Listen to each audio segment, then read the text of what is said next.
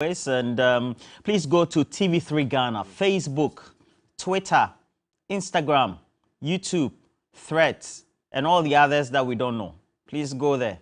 And we're streaming there live. We also do encourage you, always make sure you cash out with us. We all know the short code, *439#. But we're also telling you about DEWA 539 chop money. It's also one through the short code *446#. That enables you to select option 2 to play DEWA 539 chop money. You also get to win 20 times your stake with direct 1, 40 times your stake with direct 2, 400 times your stake with direct 3. Or just in case you want to have some customer inquiries undertaken for yourself, as you've been able to do, you can go to the site and we have dewa-nla.com. You get the latest update. But we also encourage you, make sure you do your PEMing. For those of you who very much are used to PEMing numbers, etc., you pick from the range of the numbers 1 to 39. It becomes an easy win for you. I know that for me, I love the DEWA 539 and the cash out. So we're grateful that you've joined us. Amoda Hamidu joining us from the US. We're grateful. I hope there are no gendarmes on the platform this morning. Meshak Anan Hamsa Junior Maestro, thank you. Money Need Money. I would also want to say good morning to Oscar Lee. And Oscar Lee has been giving us some great insights on many of the things that we do. And Sheikh Ali Napari, good morning, that you always tend to join us as well. We're grateful. I know many of you, please allow me to do I want to say a good morning to a group that is now coming up on social media, Bold to Defend. And Money Need Money and Latif are very integral in that group as well. We're grateful for the great work you're doing for Mother Ghana. Now, please share. Let us know what you think. Let me just introduce, communicating for the government of Nana Addo Dankwa Akufo-Addo. Well, I have the distinguished entrepreneur, politician, Eric Amwakuchum. Good morning to you, Eric. Good morning, Roland. And then also energy consultant, currently chair for the Political Affairs Committee of the CPP, the Latter-day Saint Party of Dr. Kwame Nkrumah, the Osajefo. Lawyer Kwame Jantwa. Which other names do you have, like Kwame Jantwa, that we don't know? The ones that are known to you by family and friends. My full name is Papa Odikru Kwame Iduchum Jantwa. Papa Odikru Kwame Iduchum Jantwa. Kwame Iduchum Jantwa. Yeah. Is this your formal name or the alias? That's the name that my father gave me. Name that your father. Which one do you write? Kwame Jantwa. That's what's on your Ghana card? It's easy, yes. Do you have it on any other public document? Yes. So my birth certificate. Okay, great. Okay, please, if it changes, maybe you are using two IDs, let us know so that we can... Mischief. Oh, no. Propaganda. Let me ask a question. Doctor, let me introduce okay. Dr. Sharif. Dr. Sharif, Khalid. Yeah. Khalid. Yeah. Your last name is Khalid. Yeah, it is. Okay. Yeah. How are you? I'm good. How are Thank you? you for joining us as well. Good to see you again. Yeah. It's your second time I've seen you, right? Yeah, Or yeah. third? Nice meeting you. So. Yeah. And then, but you said you wanted to say something, sir. You know, I listened to Honorable Ayariga, the comment he made. Arise Ghana. MP. And he indicated that they want to go on the march because they want to tell the soldiers that we don't want to go. Where does that come from? Where does that come from? You thought it was needless? It was needless. The fact that there's a flavor of coups within West Africa, I don't think we want to get into that position. Okay. So we shouldn't be funning I've been in coups. It's not a beautiful sight. I've lived in the barracks when, you know, we've had It's not a beautiful sight. We shouldn't instigate. The youth have never seen coups before. Yeah. So they think it's a good thing. Yeah. It's not a good thing. When you're a small boy in the barracks, Okay. your father's friends are picked up. Politicians should be very careful how they talk. Yeah. All right, let's see how it goes. Please share and let us have a discussion. But yesterday we had a COP joining the committee that is investigating the leak tape. And that leak tape, now we know, was recorded by a former Northern Regional Chair of the governing party, Bugri Nabu, recorded that. Now, we also do know that in that leak tape was COP Alex Mensah, who has now confirmed to the committee. But the social media as well as the public perception and the commentaries about his brazen posture and seem to be indicating that there's politicization of our security services. But this time we're talking about the Ghana Police Service and how nonchalant and brazen he is about it. Is this something that we need to be worried about? Let's take an insert from what happened before the committee when he appeared before it, and then we'll come back and discuss this. Politicization of the police service, should we be concerned? COP George Alex Mensah indicated that even though he could recognize parts of his voice on the leaked tape, the tape had been doctored and parts of the tape played were edited. Mr. Chair, what I admit as correct is that I had a meeting with Mr. Bugri Nabu, but we didn't have any plan to remove the IGP because I don't remove IGP and I don't appoint IGP. The audio that I listened here today is edited version of the conversations that we had. And because of that, wholly, this audio that we listened is not genuine. He also told the committee that on authority, he was unhappy, and many senior police officers are unhappy with the way the current IGP, Dr. George Akufu Dampare, is leading the police service, and he put it on record that he's not managing the police service well. I will not deny that fact today, tomorrow, or the next day. I will make that statement again, that the current Inspector General of Police is not managing the police service well. It's something I will not run away from. I will say it everywhere, anywhere that I go.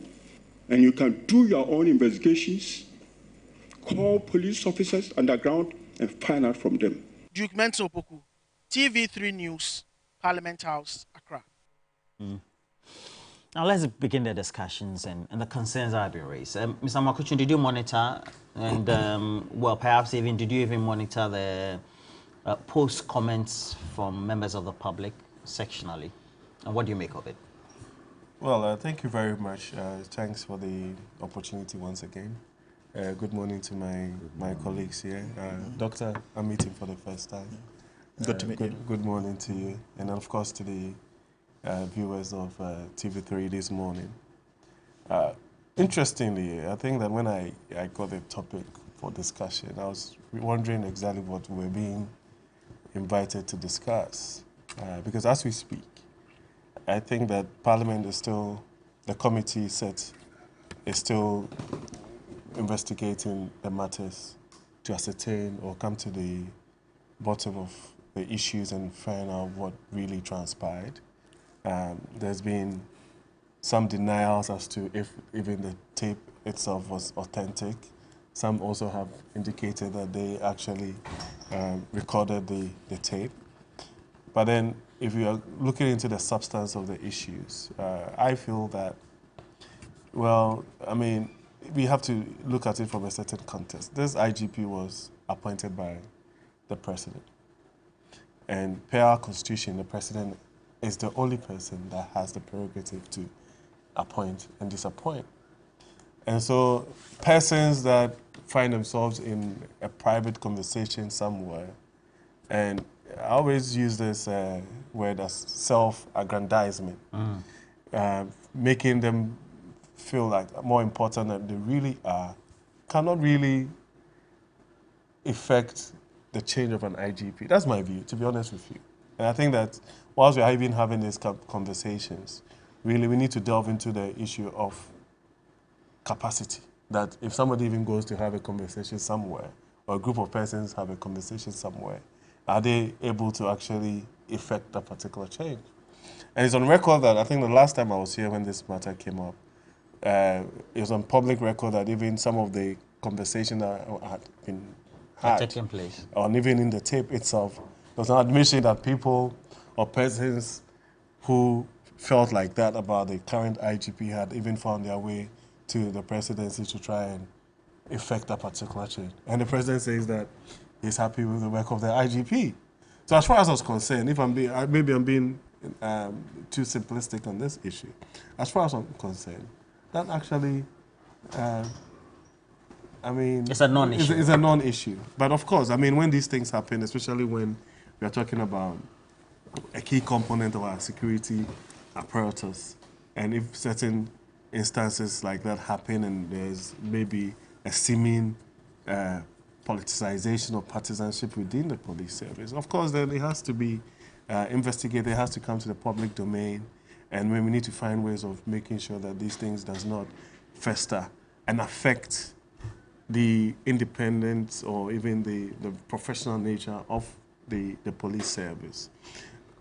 We can also play ostrich, some of the things that, you use the word brazen, but some of the things that we have heard are things that probably have been also in the public domain and a grapevine for a very long time. It's not just a police service. Everywhere you go, there's this whole, if you like, a certain siege of politicization. Siege of politicization where persons within those public sector institutions themselves tag each other as MPP and NDC, right? And I feel that, again, there has to be some personal responsibility for people who find themselves in public sector institutions to rise above this partisanship. Because at the end of the day, regardless of what you do, these persons would have a vote, but that does not have to play a role in terms of who gets promoted, who gets opportunities and all of those things. I think that we need to be able to devolve the whole concept of I'm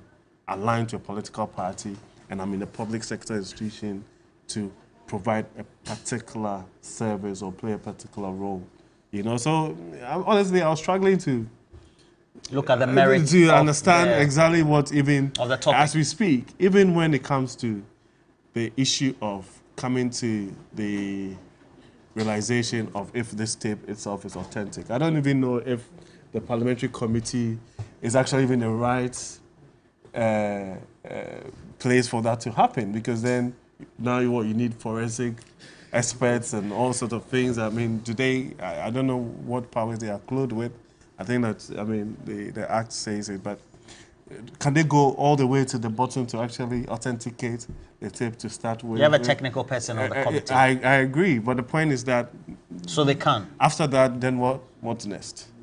Yeah, that's what I'm saying. So, and I feel that there's also a certain PR component, and we have to be very careful not to also bring certain things out that would make the public perception about the police service also go down. Because in recent times, you know, I honestly feel that the public perception is actually rising to a certain degree, especially when this new IGP took over. But again, these are things that we can find better ways of actually dealing with. I mean, I didn't even know if some of these things should be held in camera to start with, you know, because if someone is saying that, is accusing the IGP of, for example, not superintending over the police service, and I mean, it's not something that, for me, I think that you should allow somebody to say that. Well, the tape leaked publicly. I understand, but that is totally different. But you don't compound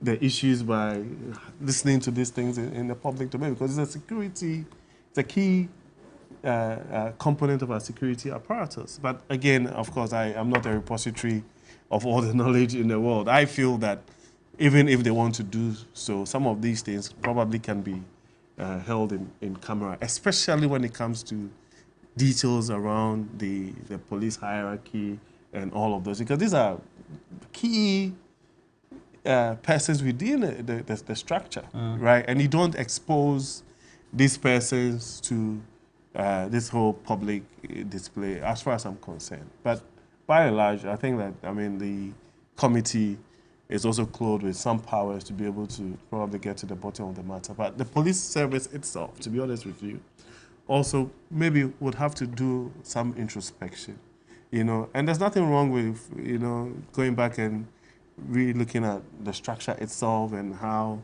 people within the service feel that maybe when it comes to issues to do with promotions and all that, it has to follow, it has to be meritorious and all that. You can do that. You can analyze the issues. You can come to the point where what are the best practices? What happens in other jurisdictions? You know what I'm saying? So that it would be open, fair, and transparent. So that the institution itself will now be almost immune to either the political influences. You know what I'm saying? Because then they would have an ironclad structure that everybody, once you enter the police today, you know that these are the things that I would have to do. These are the indices that would be used to either promote me or make me remain here and all that. So it's very... But these are all, I think, stated within the... I understand. But the point is that if you listen to some of the commentary, I think that in today's 2023, you know what I'm saying? So if some of these protocols have existed over a certain period, there's nothing wrong with actually continuing them, like changing them or finding new ways in terms of best practice to deal with some of these things. But for me, I think that we need to be very careful when we expose the security apparatuses to the public and the scrutiny. Yes. Dr. Khalid, is the question not about a senior high-ranking officer of the police service, one of the crucial security institutions of Ghana, having this perception and then this brazen public posture that also tends to send negative signals to the rank and file within the current structure? Is that not it? And then also for posterity, I mean, just creating a very bad example. Well, it's not that nobody thinks that the services are not politicized. Well, I think a very bad precedent is being set here. You have a very high-ranking officer, a potential IGP, as you'd see, or Inspector General of Police, who sits before or who is engaged in a leaked tape where he makes very damning comment and undermining comments of a certain IGP who is a superior. So even if you look at the command structure system of our services and intelligence services and what have you, some disciplinary measures ought to even start to roll in before the parliamentary inquiry. But yesterday was a spectacle to watch as well, because it's as though Parliament gave him the platform to reiterate and be more brazen and bold about what he said. And I thought that was very dangerous. You think it was worrying? Worrying, not just worrying, very dangerous. Very, very dangerous. Why? Right. I mean, we have a certain IGP. And when we say an IGP, an Inspector General of Police, right? Never in the history of this country would you have had such an issue happening, right? Within the high ranks. So what's fundamentally going wrong within the service? And I don't know what actually this parliamentary inquiry and watching the engagements, and more so I was very displeased with the chair, with most of the leading questions that were being done and the enabling questioning that allowed the gentleman to embolden most of the very dangerous statements that he made. I mean, I'm not even looking at the IGP as an individual. I'm looking at the IGP as an institution. IGPs would come and go. But if we start the politicization of such issues, look, as my brother said, let's not play ostrich. These things happen. Police officers, senior police officers have WhatsApp pages of NDC, MPP. We can't sit here and pretend that that's not happening. We don't have to play ostrich. Yeah, even high-ranking military officers. Where does it become dangerous? That's for you to answer. I don't know. I'm not in the intelligence services, and I'm not in the services, so I don't know about, because these are very sensitive issues, and these are matters of security. Right. But I always tend to say something like, this is a gentleman who was happy to say, okay, well, I am MPP, or I'm a sympathizer of the MPP. There's absolutely nothing wrong with that if we are accountable to our partisanship and yet be professional. But in this country, we tend not to be. Right? People like to be very covert about where they belong, yet when they are given professional roles, then they tend to be partisan internally. And that is what our problem is. And this has been happening. But the point is, the height of this is happening within the current dispensation. Why is that? Why are we all getting very partisan with all of these things? Gone are the days where, yes, we could even suspect that Mr. A was MPP or Mr. B was MPP, but we didn't bring that into our professional cycles within this way. But the very middle class that was very vociferous, right, in the run-up to 2012, 2016, where are these voices? Has the country gone under siege? But it was these very voices that made it look like professionals were being partisan. And they brought this partisan discussion right? There's a difference between being partisan and political. And they brought this partisan discussion into the heart, right, of our professional bodies, including the Bank of Ghana. When the shouts of Wempa must go and all of that became partisan. Back in the day, issues of the central bank were kept in secrecy, in quotes, right? Their professional life and what they did, resigned, yes. yet were not brought to the public domain. But it took that breed of partisanship to bring all of this into the fray, and it's getting murkier and murkier. How bad is that? Very bad. For posterity? Well, for posterity, what it means is that every government would come with its pack of people and go with them. That's what we're doing. There's going to be institutional memory, there will not be continuity, and the likes of that. What is happening? Yes, but it's getting worse. Let's see, I think you look at what happened. It's this is a very senior officer, as you could see on screen. And he even comes there with a psychological warfare. That's how I interpret it, you know. An Italian mafia kind of look with Don Corleone trying to sort of say, okay, well, and he uses the word mafia. Godfather. Yeah, he uses the word mafia. In the tape. Right, in the tape, and in there as well, he still emphasized that. So I think he lives in, he has an architectural view of a certain setup of the police service that he thought if I was IGP. That's how it should run. That's how it should run. And that is not happening, and he feels agitated, and he's, you know, throwing all of these things into a very respectable institution. Right, mind you, as I said, I'm not looking at the IGP as an individual, I'm looking at the IGP as an institution. But we ask ourselves another fundamental question. How many commissioners do we have sitting at the head office? Right? If commissioners are disgruntled, what is it that should be done? You know, in other jurisdictions or setups, you would have that maybe, okay, some are probably being made ambassadors, they are being seconded to international organizations and all of that. Because when you have senior ranking officers all clocked in one place, there's a potential that there could be tensions. And that is very revealing in what he says. But then again, as I said, looking at the partisanship dimension and all of that, I do not have any issues with how we set up our intelligence services. But I made this fundamentally clear, that if you look at our national security architecture today, right, there could be a justification to it. The Dankwa Institute became an ideological ground for training intelligence officers and shoehorning them to very senior roles in the intelligence services such as the BNI and the national security. So if senior officers sit back and they watch this happening, they see it as an endorsement, or they could interpret it as an endorsement of partisanship and think that, okay, this is the way to go. And that is okay. It is okay. No, but anyway, that's fine. Right. No, I'm not saying that I'm not doubting the competence of whoever is there, but it is about the psychology and the kind of politics and partisanship we play. So if you have that, and they seem to be that sort of DI capture within our intelligence services, you can have a senior officer. He's not a stupid man. He knows what he's doing. I mean, 31 years in service, rising through the ranks all the way to being a commissioner of police.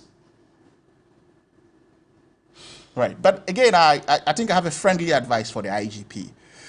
Also, because, you see, when you have a setup, I can understand he tends to be very public friendly, which is okay. But, you see, when you have high-ranking officers in what he's exuding before the Parliamentary Commission, you would see an IG who tries to be overly friendly and try to exhibit a certain level of humility that is not reflective of his uniform. I don't understand. I'm coming to that. The police is supposed to be a friend of the public. of the year, but you don't go in It's your... not military. I'm coming in. Could you give me... But you don't go in with your honors and all your uniform, kneeling before people in public, right? When you do that, you and I as civilians, we appreciate it, we laud him as humble, right? But these services still have a very conservative mindset and very regimented, right? His subordinates might have a certain interpretation to it, and that could usurp his powers. And I think that is something he needs to watch carefully. I get your point where you're going. But Dr. Jantua. Lawyer. Okay, lawyer Jantua. Not a doctor, please. Not a doctor. Now, You and your mischief. at the end of the day, there's nothing wrong if you're born in a family that is supposed to be pro-Rawlings, NDC or UP tradition, pro-Nkrumah, etc. Because we all live as one people. I mean, you can be born as a Protestant, somebody who goes to Pentecost, Catholic. You all meet, you do, or you're a lodge member, etc. These are some of the cohesive forces in society that tend to bind us together. The thing is about the public actions we take for the good of those institutions and for the public good. Have we swayed from those values which initially were there? For example, many people in Nkrumah's government who came from all facets of our society, different parts of the country, and they still loved Nkrumah, the CPP. And is it that there was a point in our history that we changed the psyche and now it's become more consolidated than before? And that's what we're seeing, Good morning to my fellow panelists. Good morning to our viewers. It's a very difficult question to answer. A very, very difficult question to answer. Because when you look at the advent of the coups in this country, at what point did we shift from some of the things that brought us together, that has now created this kind of scenery that makes it difficult to penetrate? I tend to feel that we have allowed, can I say, artificial, we've allowed artificial rivalry between us to create a certain scenario that really isn't true. Because if you go into the background of relationships, NDC and MPP, they eat together. Politicians from different parties, they are good friends. Sir John, who was his good friend? General Mosquito. But then when they come out into the public domain, what do you see? They're at each other's necks. And that is the hypocrisy of the kind of politics that we play in this country. And as I keep saying, and I'll continue saying it, that President Akufo-Addo is one man who could have changed some of these perceptions that we have. Unfortunately, it's dug deep. Look, when you have a situation where a party comes into power and clears everybody of the other party in public institutions, what are you trying to tell us? You have invested in people. Training. You've taken them for training. You've taken them X. You've done this. You spend taxpayers' money. But then new party comes in and we don't need you anymore. That institutional repository that they have, you're now coming to train new people. I don't understand it. It makes it difficult for me because go to other countries. We always like to use the developed world as an example. US, UK. US and all those people. You find somebody who says, I am a Democrat. He will tell you in your face. But the fact that he's a Democrat does not stop government from appointing me into a certain position. And they don't change his values. He wants to tell you, I'm a proud Democrat. As I keep telling people, I'm genetically CPP. Genetically CPP. I was born into it. The fact that I'm genetically CPP doesn't mean that if I can handle something in the MPP as an MPP government, when they give me a position, I should say I would take it. If I know I can do it. I mean, just recently, I've been called back onto the NDPC with regards to the human capital development strategy. Should I say, oh, it's an MPP government, so I won't go? If I have the capacity to do it, and the knowledge, why don't I? And the experience. And I've been there before. So should I say that because they are MPP people, I won't go? It would be wrong of me if I have the capacity to help the nation. And that's one of the challenges we have. We haven't brought the nation first. We've rather brought our individual interest first, individual parties first before the country. And so you get this kind of situation. But I ask the question, what is the terms of reference of the committee in Parliament? What are the terms of reference? Because remember, this particular committee interviews that are going on has got nothing to do with the police service. You're supposed to authenticate the tape and then... Authenticate the tape and see I whether... think hour 5, and then lastly also to advise, recommend. But it's got nothing to do with how the police service is run. It's the COP who brought it in. And unfortunately, because I remember Atachia indicating to him that this is not about the police service, that we can talk about another day. And then it shifts the situation. But then, if there is a challenge within the police service, we have, what is the police management team called? Police Council. The Police Council. Are the Police Council aware? There's also a management board as well. Yeah. Are they aware of these challenges? Is that not the best place to place these types of infractions, if there are those types of infractions?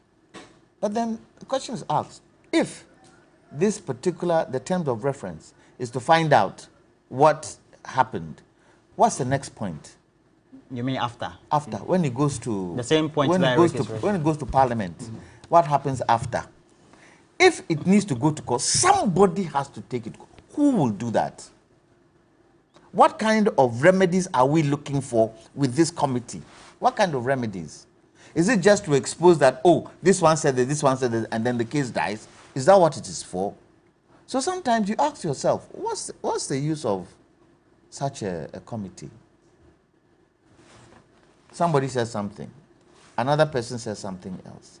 Somebody said what he said was true, what he said wasn't true. If you feel there is a case in there, take it to court. Simple. So you're saying by this time it should be interdicted or should be actions taken? Whatever the case is, we want the truth.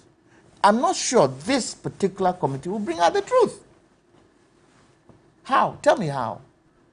Well, now we're getting to know that apparently... The gentleman who is being interviewed said half the things the chief came to say were lies. That's Bugiri now. Yes. He said other things he said were lies. He's even saying that the tape was doctored. He's even saying that there's another tape. So how do you get to the bottom of it? So let's see where to end up. For me, I don't think it will end up anywhere. Because if there is not, after this committee gives its recommendations or its verdict, what happens after that? Is it recommended to the Attorney General to take it up? And will the Attorney General take it up? Is that what it is? Or that is it's the Attorney General's responsibility to make sure that the results of this committee meeting, if it is found that there are guilty personalities in there, then he takes it up and takes it to court. Will he do it? So let's see. But really, the architecture of our politics has to change. It has to. The partisanship has seeped in too deep and is affecting too many things. Like Eric will come and sit here.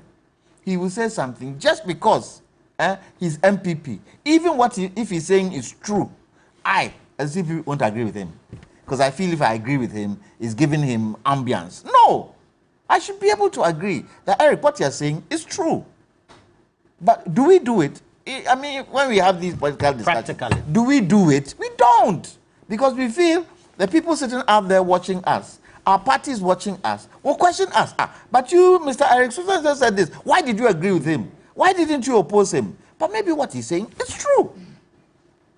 We have to find a way of sanitizing the partisanship that has seeped into every nook and cranny in this country. We've got to find a way. And for me, it's got to do with leadership.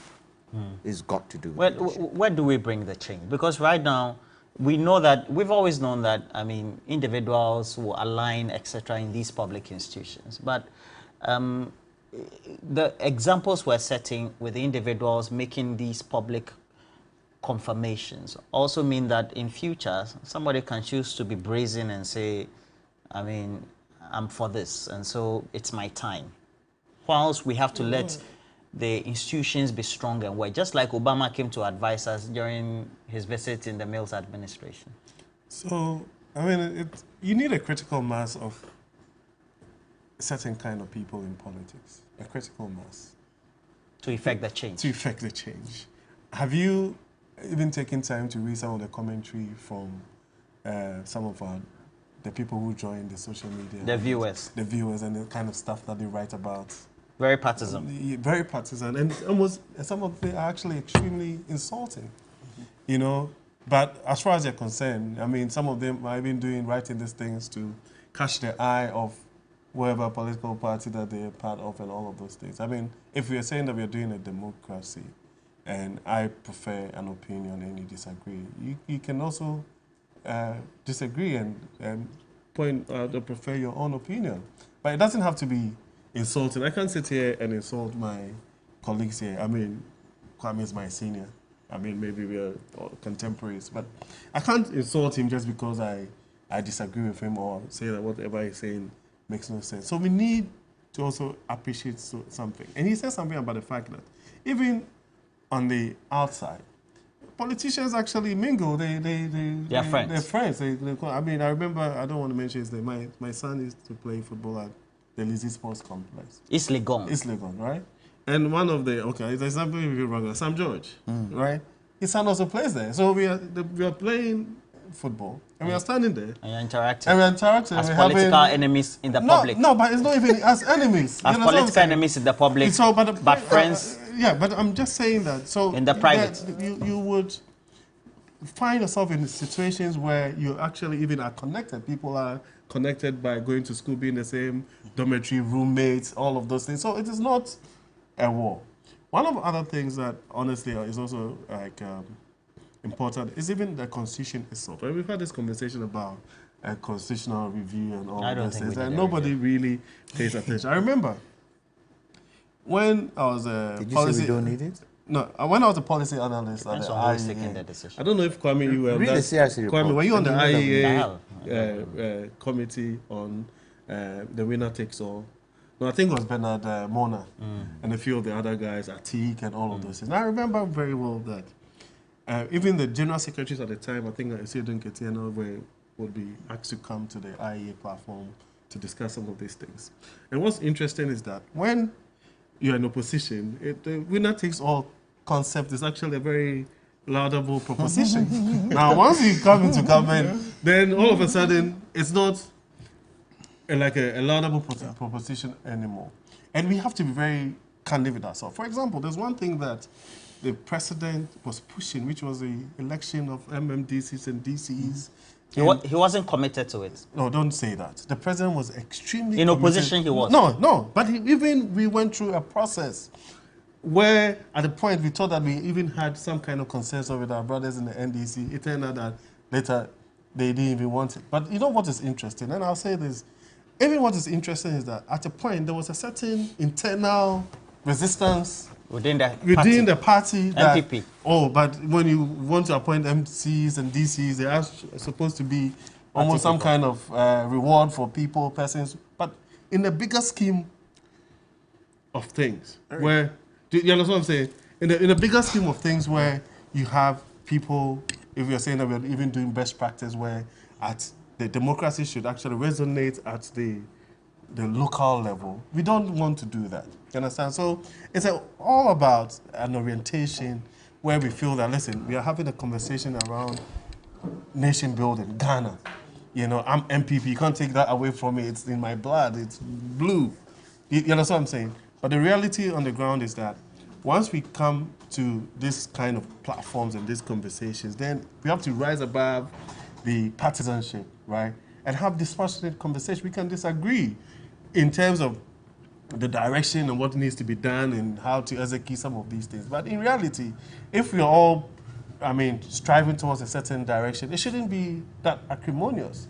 But then back to the issue to do even with the public sector and all of those things, we have to also be honest and sometimes cut the politicians a bit of slack. So some of these persons within the public sector institutions think that it's also an opportunity to cash in or have one over the other. You understand? And I'm being honest. You enter into an institution, and the very time that you sit down, people will come and tell you that I am MPP, the other person is NDC, another person will come and tell you that I'm NDC, this person, and it's there. right? So we have to be able to be certain in our minds exactly what we want to do as a country when it comes to these things. Mr. Khalid, this is democracy. How do we make sure? Now, I know that there are people, I have friends, and I've practiced media for well over all these years. I have friends who are in NDC. They haven't worked since 2017. Yeah. And so they expect, some of them left their green card, citizenship, well, those who had citizenship still kept it, but they left their green card, came to say they are sacrificing for their party and then government. We're doing winner takes all. And when they, let's say there's a change in government or there's no, they would want. And how do we make sure we realign this? I don't think... we've been trying since 1992. Yeah, no, I don't think we've been trying since 1990. If you look at the politics of 1992, the likes of Tarzan, Rokubrobe, was serving as an energy advisor, sitting at the energy ministry of an NDC government for a very long time. But Kufuor also did great. Yeah, no, but Kufuor was NDC technically. What are you talking about? No, when you get me. So if you want to talk about PNDC, because he was a minister under that before. So if you're talking about, but he had Malamisa, someone like he allowed Indum to contest. No, you see, Roland, don't mix these things. You know what I'm talking about. Malanisa and all of that was a coalition that led to that, right? But I'm mentioning examples that allowed, right, for people to bring in persons of expertise. And we all know what Tarzan is made of as far as his DNA of quality is concerned. And he just was a man serving in the NDC government or administration. But today, even to be a headmaster of a second cycle institution, you have to either have evidence of a card-bearing member of a certain political party, or that is degenerating. I think that we have to start to break these things down to know where they started from, right, where they have been manifesting themselves. It cannot be true that, I mean, this issue of partisanship started under... No, I'm not saying it is, Eric. Can you just allow me? Yeah, but... No, because I'm coming to... No. Like a host of examples. When you get, when the chance comes, but I'm not on a back and forth. I'm just trying to lay the... I just wanted... Yeah, but that's why, because Roland was thinking, he was mentioning examples of Malanisa and the likes, which were not fit for purpose. And I know Indum very well. The Kufuor administration and the party decided not to fill the candidate, because if they filled the candidate, their candidate will win. No, but where did that was an arrangement. So I'm just talking about inviting. But he was a minister. Right. It also shows a certain commitment. Roland, they are not same. This is how we mix these things and they degenerate. So we become part of the problem. Right. So you go to Parliament. I'm trying to understand. Are you saying please go ahead. Are you trying to say the intention of what Kufuor did was wrong? Is that what you're saying? No, I'm not saying it was wrong. No, I'm saying he's saying these are examples. These are examples. I'm giving examples of how governments bring in the big objective of making sure we don't have all takes all, winner takes all. Yeah. His examples are supposed to be the best ones, but these other ones are not. No, well, that's for your interpretation, which I quite respect. Those examples. Yeah, so I knew Indum very well, and I knew that. Yeah, you go ahead. Yeah, but you go to Parliament today, right? Parliament is a classic example. You know, I think my brother was alluding to the fact that if we probably, I don't know if my interpretation of what you were saying was right, that if we probably voted MMDCs, things it might be partisan. I don't think so, because you look at the current parliament, which is more close to like a hang parliament, and how partisanship is still playing out, to the extent that I had the pain of listening to a deputy speaker who has served for a very long time in parliament, going after his backbench, saying that the backbench is trying to portray that the backbench has an anathema view to what they had in trying to whip their system in place. And I think that was very wrong, because the backbench should be praised for actually manifesting issues of accountability when it comes to that. But if you are sort of cheating your backbench, giving your experience as a senior member of the party within an internal mechanism and an institution such as Parliament, it tells you where these things manifest and a reflection of our national psyche when it comes to partisanship. So if we sit here, we can pretend as much as we can, cherry pick examples as much as we can.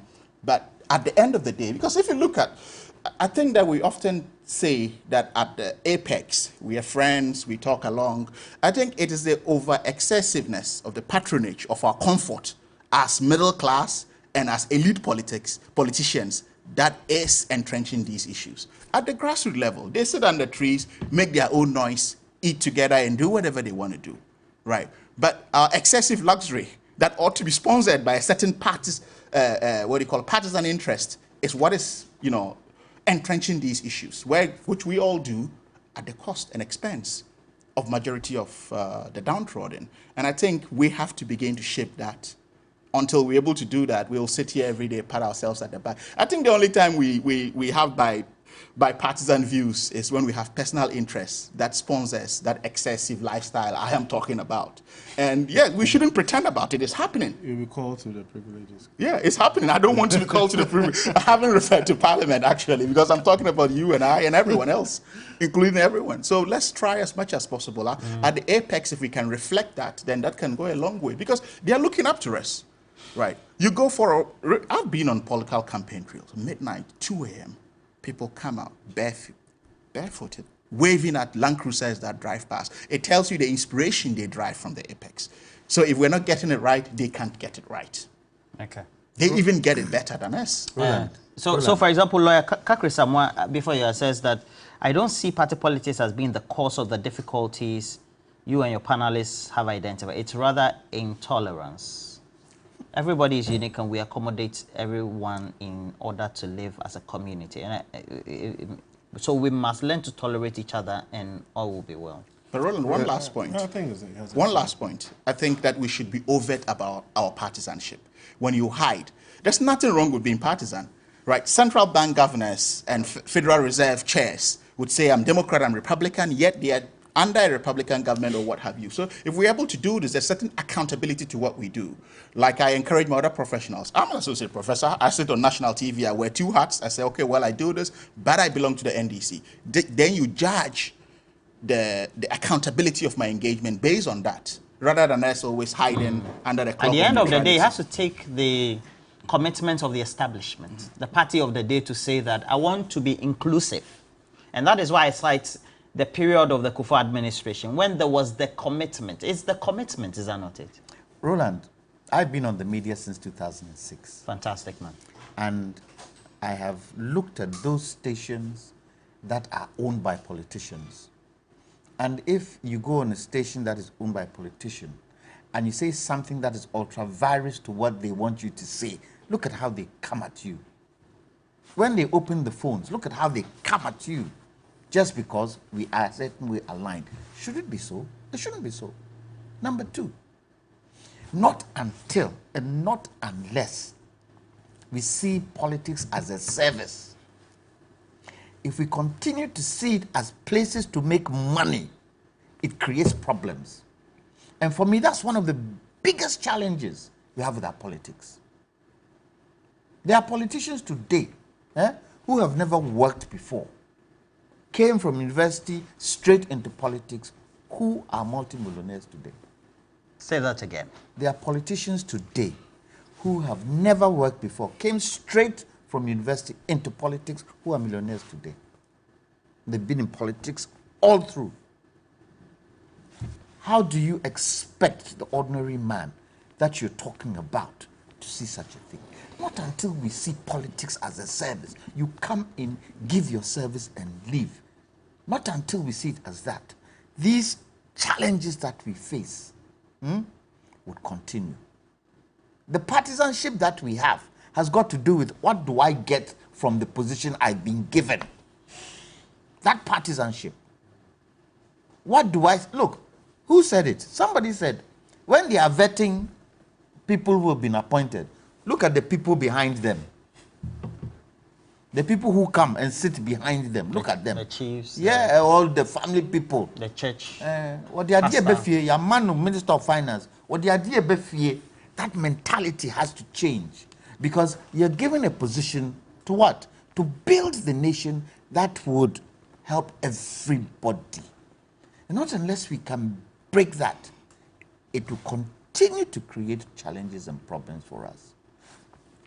Accra Samoa. He was the one who sent the, what do you call it? Yes, tolerance is key.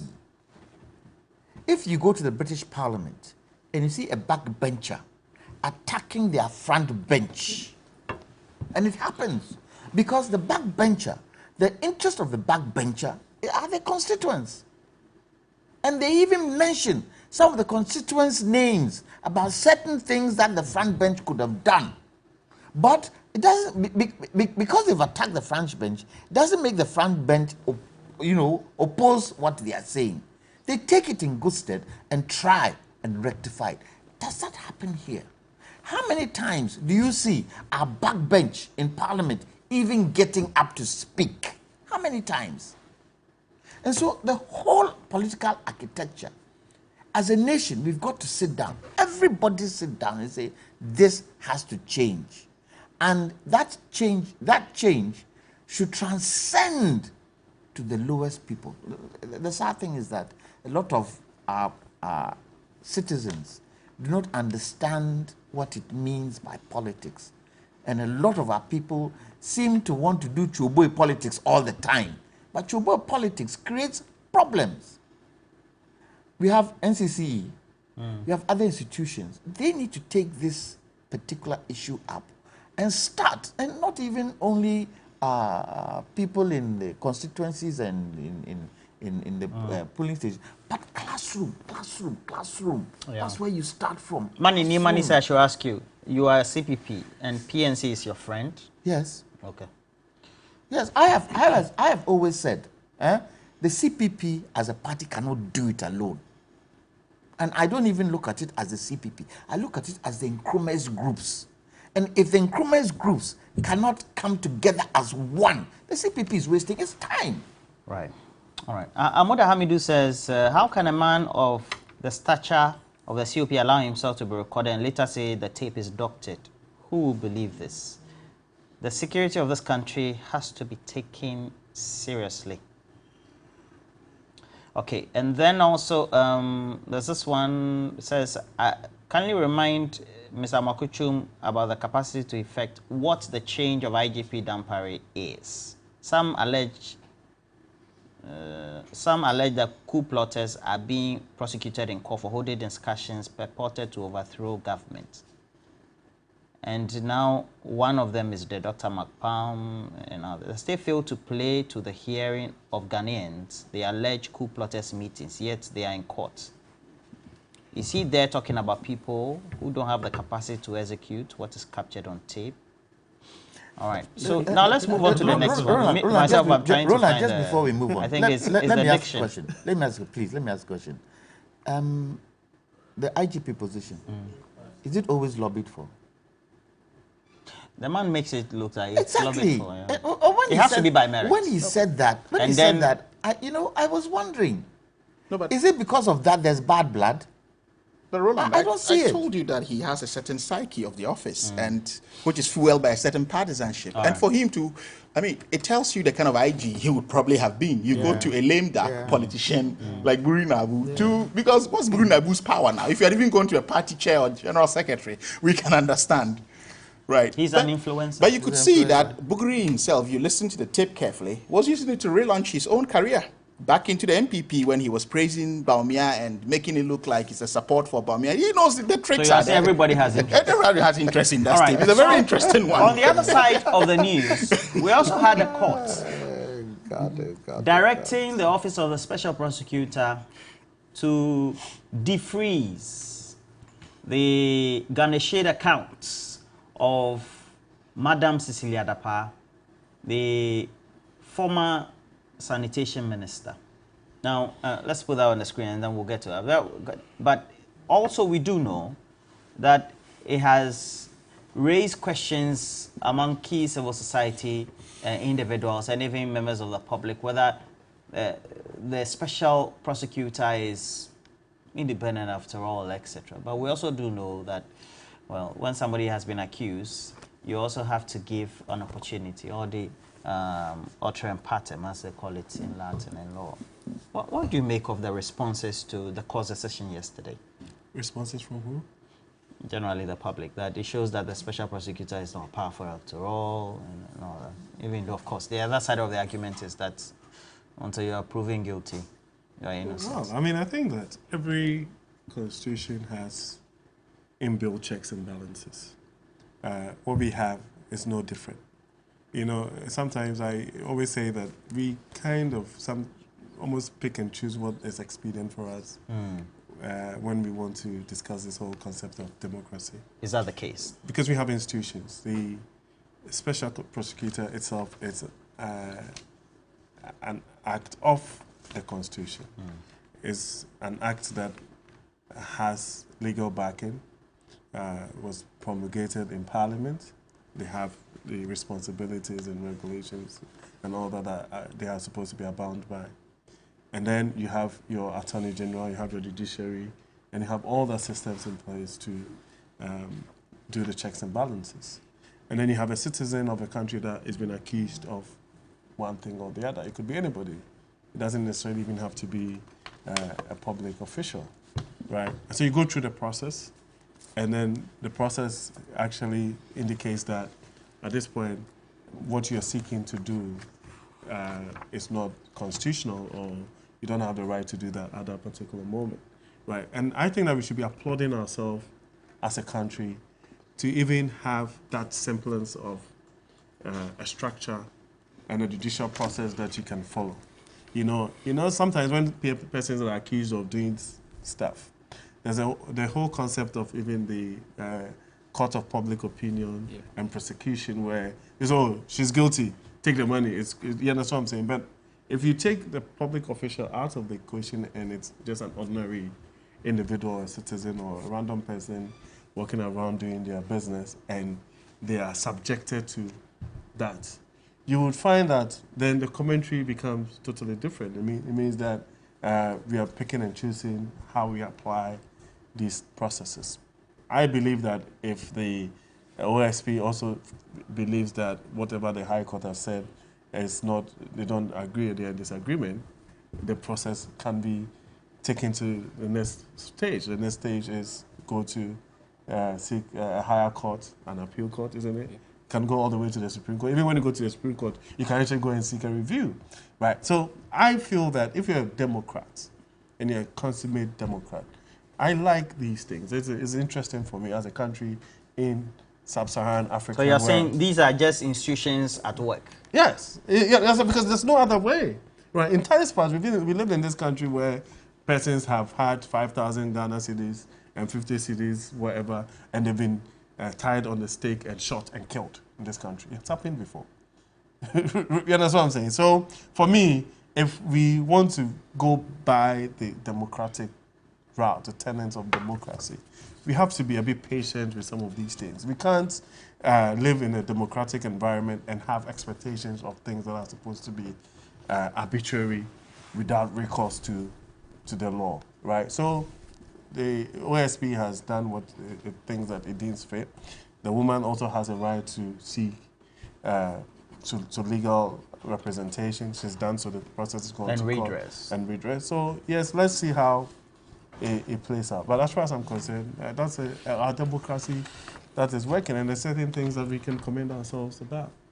I have a soundbite of Martin Pebu. I want us to take it, and then we can put it into it. So Martin Pebu, we all know him, a non-legal practitioner. Let's take a soundbite on this matter.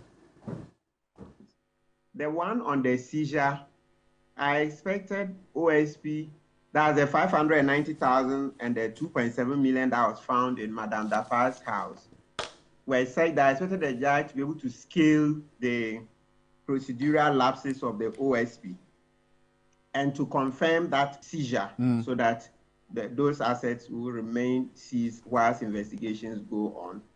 And then, as for the freezing of the accounts, yeah, the judge is spot on. The OSP didn't expect to get the order when the details of the account had not been provided, how much was involved. So I was hoping, you know, sometimes judges will be sympathetic to the prosecution. I knew that, okay, even if Mr. Ejabin's lawyers in court had mentioned the figures involved, then he would say, look, I'm adjourning this case so that you file a supplementary affidavit to annex the statement. He's making the whole thing look like, yes, it's true that this thing is a staged thing. I mean, it's basic, it's elementary. You want a court to freeze an account and you are hiding the bank statement, the information you got. How? I've been supporting him 150%, but this thing is beginning to shake my confidence in his work. He shouldn't do that, and we will believe those conspiracy theories that this thing is just a staged thing. How can you go to court without the evidence? Does it raise questions about what is supposed and expected of the OSP, or is just the structures of the institutions of state working? Well, I mean, I'm not on the tangent of the institutions of state working, because if that was to be the case, this is a politically exposed person. We're not talking about, an individual who is not politically exposed. And when you are politically exposed, you tend to have a certain sort of currency surrounding you, and there is high-level public interest in this. Now, the fundamental question to ask here is that when she was appointed as minister, and a test of the institutions, if that's anything to go by, or if that litmus test would pass, when she was appointed as a minister for sanitation, did she sign or fill an asset declaration form? If she did, I think that this is primary evidence, basic, elementary, that anyone would have to refer to if you were to look into this. Now, the sums we're talking about is 800 plus. Is an 800 plus million. You can correct me if I'm wrong in your production, because a lot of figures have been put out there. So we are unable. Yeah, we are unable to tell. There's no sum 800 million put out. So well, we read that snippets. So that is where I'm, the ones currently that have been Ghana sheet. Yeah. We're talking about found in the house, and then also in the account. We're told that the monies that run through the accounts to balance both forward. Yes. The sum was in excess 5 million, but we're talking about 5 million what, dollars or Ghana cedis? Yeah, $5 million. But we're talking the current sum of $590,000. Yes. Yeah. So then of course there are cedis. Yeah. So these are all very interesting perspectives. So a minister, a politically exposed person, the compliance department of the said bank that receives this money should be answering some questions as well, because this is a politically exposed person. Right? Such sums, we know how much the person earns. What sort of business is this person also involved in? So these are even the Bank of Ghana has directives as to how much can be accepted as deposits. Right, but Roland, I cast my mind back, and again, you realize our politics when you talk, right? People think it's partisanship, or I remember in the run-up to the 2016 election when Ken Ofori-Atta was the chair of the finance committee of the MPP, went to take a loan from Prudential Bank, right? And we all question, or we raise questions about how that sort of a facility could be granted for an individual for such a purpose. He came into office, a few months down the line, that loan was serviced. Again, he became politically exposed, but questions were not asked. We didn't see regulatory institutions like Central Bank coming in to act. So these things manifest themselves and harden the political system. And that is what is reflective of what is happening. And ever since the Cecilia Dapa issue emerged, there have been cases of charade, right? Even quasi-media and mainstream media with people doing screen touch analysis, with lies being thrown all over the place and making the issue murkier. The Office of the Special Prosecutor itself, as an independent office, did not help itself by, releasing statements and counter-statements about what the actual sums were. And you go to court and you are statute barred. So we ask ourselves, where were you looking? And in the statement that they were producing to defend their position or to state their position to the public, they'll state, okay, well, these were the days that were supposed to be done. There's a statute we are quoting. But you just don't release a vanilla statement, right, stating that, okay, we went here and the judge said this and we disagree, right? It feeds into the rumor mongering around the public and the conspiracy theories. And at a certain stage. At a certain stage. And when that happens, it kills the confidence of the office, it derails its independence, and then it makes nonsense of our processes and state institutions and what have you. And I think that is what is manifesting. If the judge is sitting there, you bring your evidence. So, but for me as an individual, reading this makes me feel like, okay, well, is there even a conspiracy between the AG and the OSP trying to, set this woman free? Because we've seen other cases, the expediency with which they've gone to, right? An MP who denounced his citizenship got in because of COVID issues and all of that couldn't be factored into policy reasons, were gone after, and even was being told that every day he has to be in court, right? And this is how we are dealing with this issue of a politically exposed person. Look at the sums of monies that have been mentioned. Juxtapose that to the books allowances that go to our researchers in our universities. Juxtapose that to school feeding, the watery foods that we are serving people and the budgets that go. Sanitation budget, her own ministry's budget is one of the most poorly malnourished ministries we have.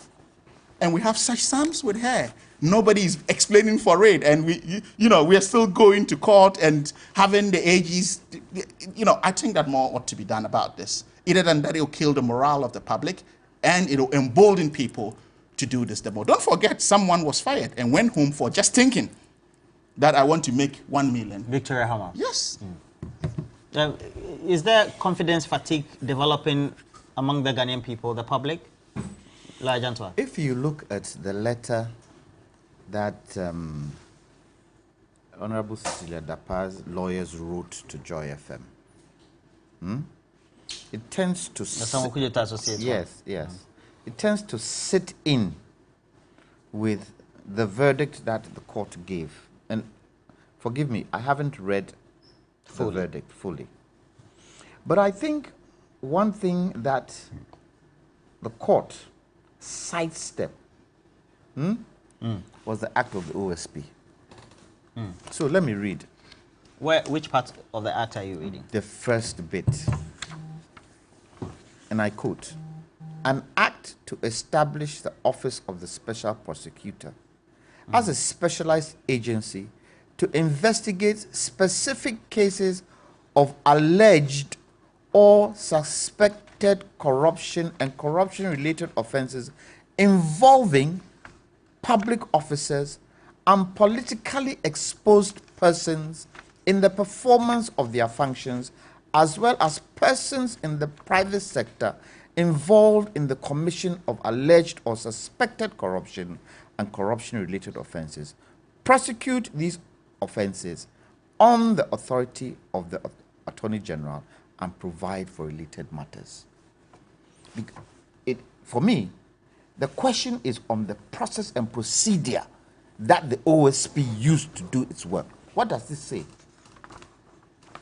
The OSP has the right to investigate politically exposed people.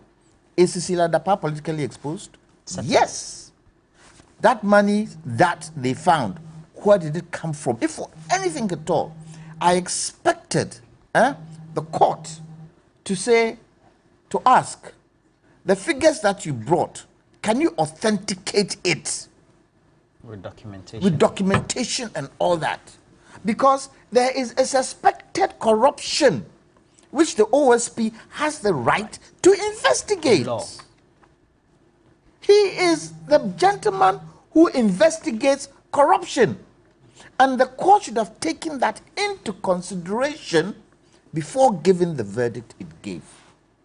And so, what does that make? And what kind of mindset does it give the people that perhaps the court is in cahoots with individuals, which is a wrong thing to think. But if certain things were not put in place step by step before such a verdict was given, then you're opening yourself up to that kind of ridicule. You're opening yourself up to that kind of ridicule. So, what's the next step for the OSP?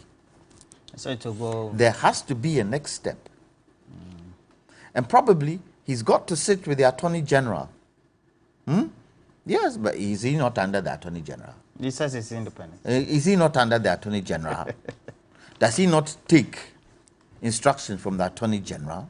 No. Something has to be cured, because the people do not believe that you find X quantum of money in a politically exposed person's house and you say what? Send it back to them within 7 days? Is that what you say? Because definitely, if Eric here, he's chairman of, let's say, TOR, or he's MD of TOR, and we know where TOR is today, and the workers in TOR suspect that he's being corrupt, and one fine dawn morning he's waking up and the next thing he sees, they are in his house, the national security are in his house, they search his house, and they tell him, we are coming to search you because we suspect that you have been corrupt, and they find 500 and whatever thousand dollars in his house, will they not question it? Will they not point a finger out? So I think, for me, as I said, the judgment didn't fall in line with the OSP's act. Okay. And really, in order for people to gain confidence in our judiciary, something has to be done about it. All right. Roland, I just wanted also Roland, to avert our listen, minds listen. to Section 38 of the Special Prosecutor Act, and it says freezing of properties. Where the SP considers that freezing of property is necessary, it goes on and on. In 2, that's 38.2. The special shall within 14 days after the freezing of property apply to the court for confirmation of the freezing. So if you don't present the further and better particulars to the court, then of course the freezing action. But did they apply? Did they apply for it? Yeah, they did. We say special So, prosecutor. but the court has to be convinced. No, we say special prosecutor. That designation gives you special powers. Yes. And makes you different. So you're saying the Right? commitment So should no, be there. even the court, right, as a measure of policy, should be cognizant of the fact that this is a special prosecutor before me. And there's an where? act that covers it. No, but I've enjoyed today's discussion. That's not the point. It's not. I beg to differ. Right. I beg to differ. No, then why are we creating the office? This is a duplicity. The act, can I borrow your thing? The This act- is a constitution. no, the one that you read, the act, Yeah. right, says I'll that give it to you. the Which act? This one. It's The here. special prosecutor. So he read the preamble, The preamble, to the yes. section. Okay. So is there. Okay, so it So, says that an an act. act, so I'll just paraphrase it. And that I'll start from here. To corruption-related offenses involving public officers and politically exposed persons in the performance of their function, Yes. as well as persons in the private sector involved in the commission of alleged or suspected corruption and Alleged and corruption-related suspected. offenses. Prosecute these offenses on the authority of the Attorney General and provide for related matters on the authority of the Attorney General. No, we're in not- any case, no, we're not doubting that.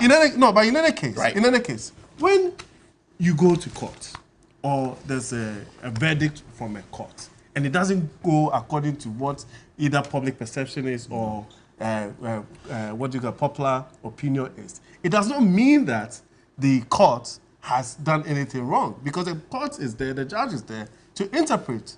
Right. Because I'm not a lawyer. I don't Eric, even I'm not I don't want to even go Thank you into very much. the legalities Lajantua, of thank you this very much. thing. That's Dr. the Khalid, Constitution. a great friend of mine is loving you this morning. Actually, many people are loving you. So Dr. Sharif Khalid, be coming very often when you have the time. I will. I think it's because you are busy or you are not assigned. Which one? Well, I think I Both. do a lot of, Both. You're a very busy man. So Isaac Creponi says, I love this man.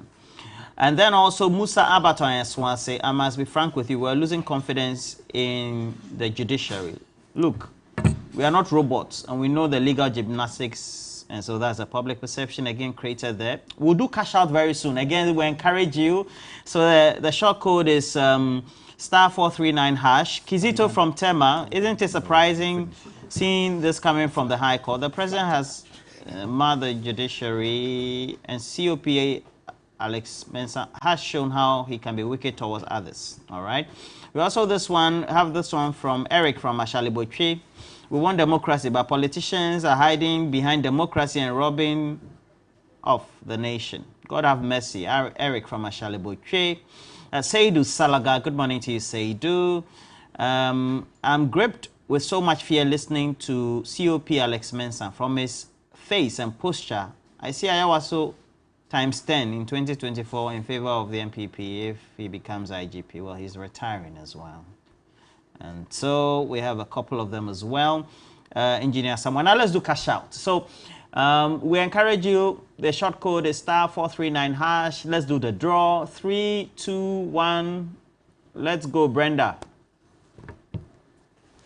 3, 2, 1. The first winner is the one with the number 02334 023340711. First winner. Let's do the second one.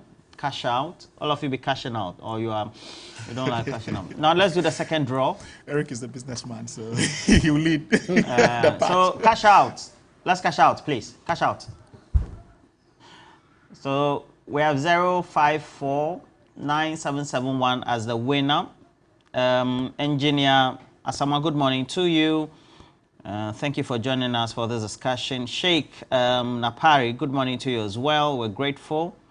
And this one is from Fokafui. Says, does the ECOWAS and AU take time to interact with people living in Niger, Burkina Faso, and all other countries that coups are happening? Can they advise Togo president to do the needful? Paul Biya, how far? And then we have a couple more. This one is from Benghazi. It is true, government wants to remove the current IGP, Dampare, but it won't work because we have seen the devil mentality behind the plan. Is it true? Is it true? Is it a question, rhetoric? Is it true? Okay, this one is from Kalio Manwa. What's the difference between what the officer who wants the IGP change and machinations to change that? If this was an NDC man in military uniform saying what the commissioner said, what do you think would have happened in this country? We need to be transparent for each other, all right? Aaron Brasu also sends this message. Says, I'm shocked by what the COP was saying yesterday. How can you openly reveal how much you hate your boss on national television? This is a no, no, no. All right? The return of the money to Cecilia Dapa is no news. Remember the PPA issue. And this from Tikofi. We have the winner on Cash Out. It's a Friday. Charlie, good morning to you. Good morning. Good morning. Yeah. How are you? Please, you are the winner of our first draw for Cash Out on TV3, TV3 New Day. Okay. So let me check, then I'll call you back. You want to do what? I want to check it. You said 1,000. 1,000. So congratulations. What's your name? My name is Vincent Atu. DJ Ato. Vincent Atu. DJ Ato. Okay, where are you talking from? I'm talking from Greater Estate. Greater. Teshi. Greater Estate. Greater Estate. Okay, Teshi. Greater Estate. Teshi. Philip Aboche in Keta says, in fact, Cecilia Dape's case is problematic. Ghanaians are not surprised with this case. They clear... Okay, so that's okay. This is a clear case of clearing agents. Well noted. We're taking a break. Thank you all for coming. I hope you enjoy your weekend. Thank you so much. Also, those of you joining us on our stream, we're grateful. Money, need money. You're from the Born to Defend group. You say you are from the new group called Born with Latif. What are they defending?